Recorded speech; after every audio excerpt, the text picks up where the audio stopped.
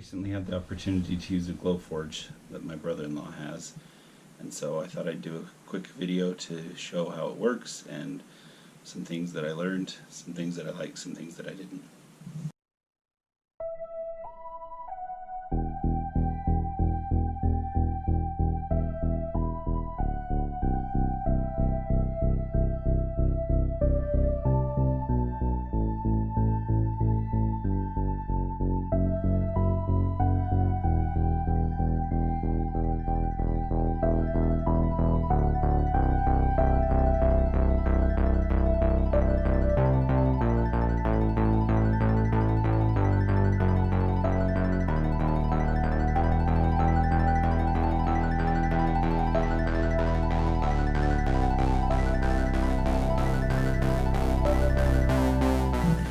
These are on 1/8" plywood,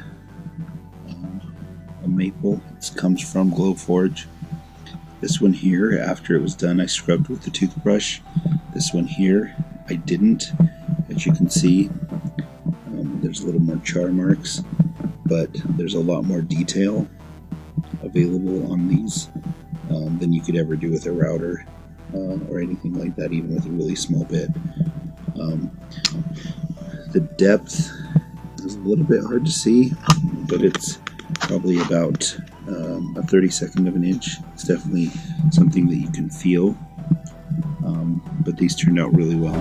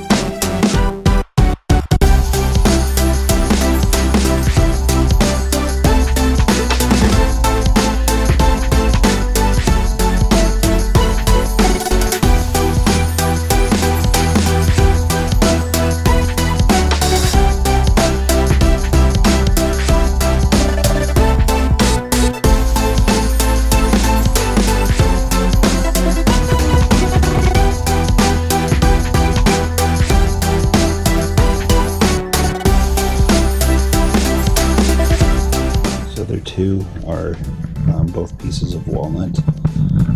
As you can see, this one here is the one that's etched, so it's got probably a 32nd of an inch depth all around. You'll notice too, this was already pre-finished. I haven't done any cleanup on it at all, so you can see that it melted the varnish because I had already put some varnish over the top, and it melted.